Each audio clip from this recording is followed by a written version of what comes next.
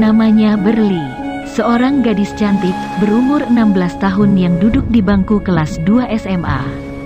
Sedari kecil, dia mempunyai sifat yang tertutup kepada orang lain. Mungkin karena dia sering dimarahi orang tuanya, akibatnya dia menjadi seorang gadis yang pendiam dan tertutup. Dari kecil juga, dia tidak pernah akur dengan keluarganya. Sejak kecil, dia sudah sering sakit, sering mimisan, dan parahnya, terkadang anggota gerak badannya susah digerakkan, hingga dia berusia 16 tahun. Sejak ia SMP, ia sering sakit perut, tapi dia tidak mau bicara dengan orang tuanya. Dia takut bicara dengan orang tuanya, kalau pada akhirnya dia tidak dipercaya, kalau saat itu dia sedang sakit. Pada waktu masih kelas 10 SMA, sakitnya itu bertambah. Dia terpaksa bicara dengan orang tuanya. Awalnya, orang tuanya tidak percaya. Tapi, setelah beberapa hari tidak masuk sekolah, akhirnya orang tuanya luluh melihat keadaan Berli. Keesokan harinya, dia ke dokter untuk periksa, dan ternyata dia mempunyai kelainan pada rahimnya. Saran dokter, agar dia segera dioperasi, tapi karena di usianya yang masih muda, jadi dokter menunda operasinya hingga setelah dia menikah, waktu yang lama, tapi apa boleh buat, dia hanya bisa menjalani rawat jalan. Hari semakin berlalu, kondisi Berli semakin melemah, tapi dia tetap menutupi kondisinya yang semakin parah itu dari orang tuanya.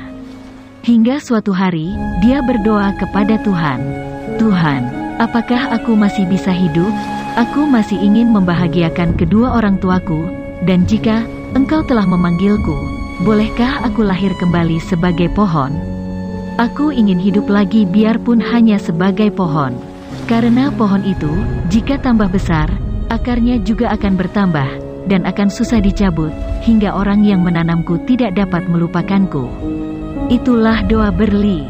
Kenaikan kelas telah usai, Berli segera mengurus surat pindahnya. Dia sudah tidak tahan sekolahnya itu karena banyak teman-temannya yang memusuhinya. Bulan itu adalah bulan Agustus. Rasa sakitnya semakin bertambah. Darah yang mengalir dari hidungnya keluar tak ada hentinya. Rasanya, sakit di kepalanya semakin bertambah, dan kaki tangannya susah digerakkan. Rasa takut untuk memberitahukan kedua orang tuanya semakin bertambah. Ayahnya, pada waktu itu sedang sakit juga, dan sedang berada di luar kota untuk berobat. Jadi, dia berpikir untuk menyembunyikan penyakitnya. Suatu hari, dia bertemu dengan pria yang usianya lebih tua darinya. Namanya adalah Randy, salah satu perawat di rumah sakit yang pernah ditempati Berli ketika dia dirawat. Hingga suatu saat, mereka bertemu di dunia maya. Hai Berli. Hai juga kakak, gimana kabarnya Berli? Udah baik kan belum? Jangan sampai dirawat lagi ya. Insya Allah kak. Kondisi Berli semakin hari semakin memburuk. Mau ngomong sama ortu, tapi takut, selain itu pasti akan buat susah ortu juga, apalagi ayah. Sedang dirawat di luar kota. Astaga, memang sekarang kamu sakit apa? Aku sering mimisan, kepala pusing terus, dan kaki tanganku sudah susah digerakkan. Masa sih? Kalau begitu, kamu harus periksa ke dokter dulu. Bagaimanapun, keadaan keluargamu sekarang tetap harus diberitahukan kepada mereka. Ini semua demi kebaikan kamu, lakukan semua itu untukku. Atau, mau aku temani ke dokter untuk periksa? Makasih sebelumnya kak, tapi aku tidak bisa lakukan itu, aku terlalu sayang sama orang tuaku. Sore nanti, kamu ada di rumah kan? Aku mau kirim obat untuk kamu. Iya, aku ada di rumah kak, aku tunggu ya kak, thanks. Oke. Sama-sama. Setelah rutin meminum obat yang diberikan oleh Randy, ternyata kondisi Berli tidak ada perubahan. Semakin hari, kondisinya semakin lemah. Randy pun kehabisan akal untuk membuat Berli sembuh. Karena keras kepalanya Berli, Randy jadi kebingungan. Darah itu semakin sering mengalir keluar dari hidungnya. Dia sering berkata, Tuhan, mengapa aku berbeda dengan mereka? Aku juga ingin hidup sehat seperti mereka. Tapi kapan? Randy pun semakin prihatin melihat kondisi Berli. Randy sangat sayang dengan Berli, tapi sayangnya, Randy sudah ada yang punya, dan Berli pun mengerti dengan keadaannya itu. Dia hanya menganggap Randy sebagai kakaknya saja.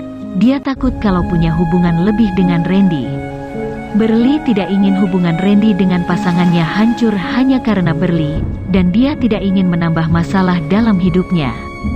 Dia ingin hidup dengan damai di akhir-akhir kehidupannya. Beberapa hari kemudian, orang tua Berli menelpon. Orang tuanya menanyakan keadaannya. Tapi Berli tidak menjawab. Demi kebaikan orang tuanya, sampai-sampai orang tuanya marah-marah terus, tapi dia hanya diam, sambil mendengarkan ocehan orang tuanya. Ini sudah takdir hidupku, kata Berli. Tepat malam Selasa, Berli duduk di pinggir danau, yang tidak jauh dari rumahnya. Entah angin apa, yang membawa Randy duduk di sampingnya. Betapa kagetnya, dia kira hantu, sampai-sampai dia memukul Randy.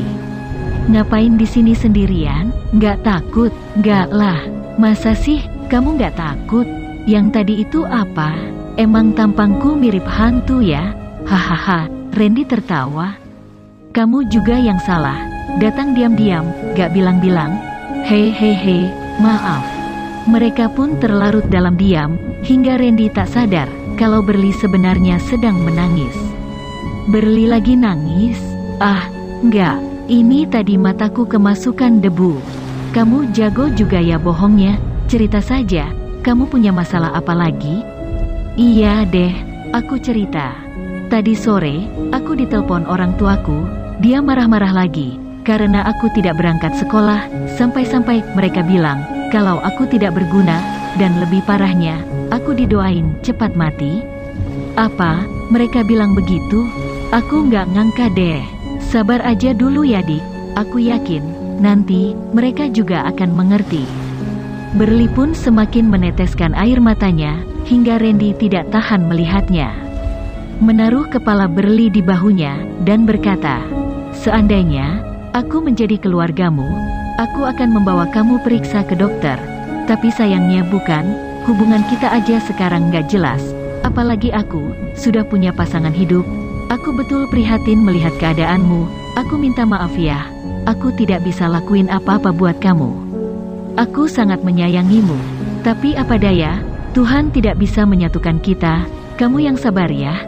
Kalau kamu butuh obat, nanti aku kirimkan lagi. Hanya itu yang bisa aku lakukan untukmu. Merawat kamu dengan jarak jauh. Seandainya, aku dokter. Sudah dari dulu, aku periksa kamu. Tapi aku hanya perawat biasa, maaf ya. Berli hanya terdiam dalam tangisnya. Randy adalah satu-satunya cowok yang sangat peduli dengan keadaan Berli. Tapi dia tidak dapat berbuat apa-apa untuk Berli. Yang dapat dia lakukan, hanya memberi nasihat-nasihat yang baik untuknya, agar Berli jangan sampai nekat bunuh diri, hanya karena keadaan keluarganya. Satu hal juga, yang membuat Berli sulit untuk bicara jujur dengan orang tuanya, adalah keadaan bapaknya di rumah sakit yang semakin memburuk.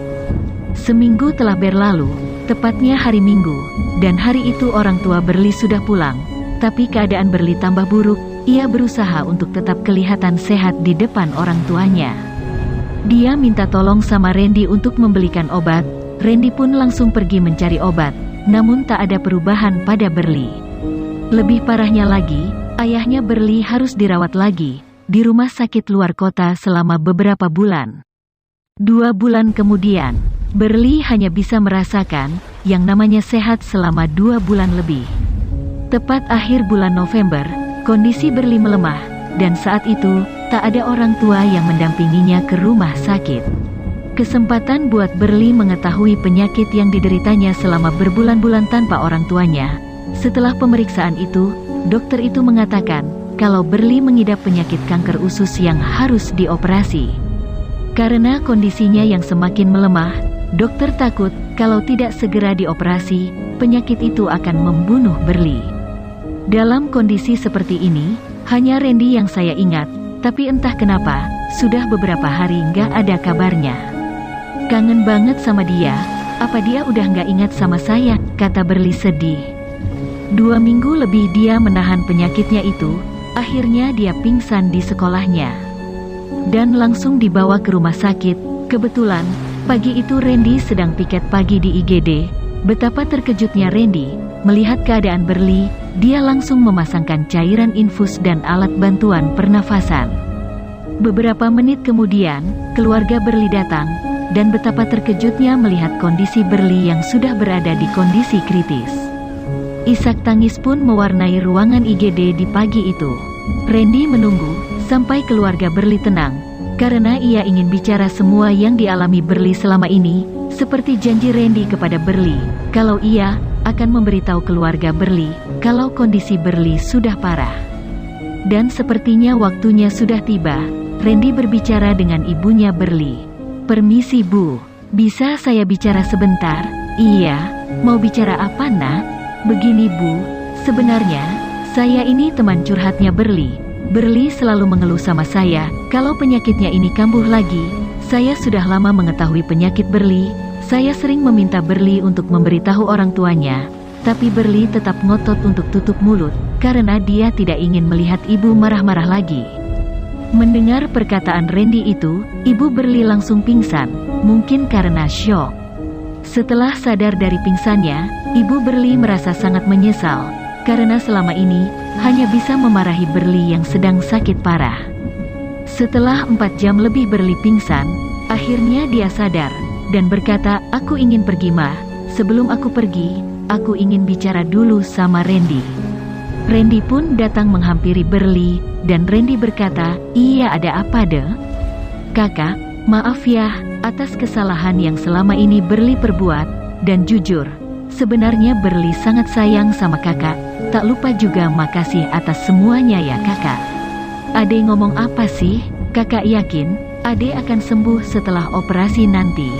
"Enggak, usah dioperasi kak." "Oh iya, boleh nggak kakak ambilin Berli kertas dan ballpoint?" Randy pun pergi mengambilkannya, dan Berli langsung menulis di kertas itu, "Aku ingin pergi, maaf." Ballpoint itu pun jatuh dari genggaman Berli. Isak tangis pun terdengar lagi. "Selamat tinggal Berli. Semoga kamu tenang di sisinya. Kamu adalah satu-satunya gadis cantik yang saya kenal, sangat kuat melewati cobaan hidupmu yang begitu berat, dan belum tentu semua orang bisa melewatinya seperti kamu. Aku tak akan melupakanmu selamanya," kata Randy, sambil berbisik di telinga Berli sebelum menutupi tubuh Berli dengan kain putih.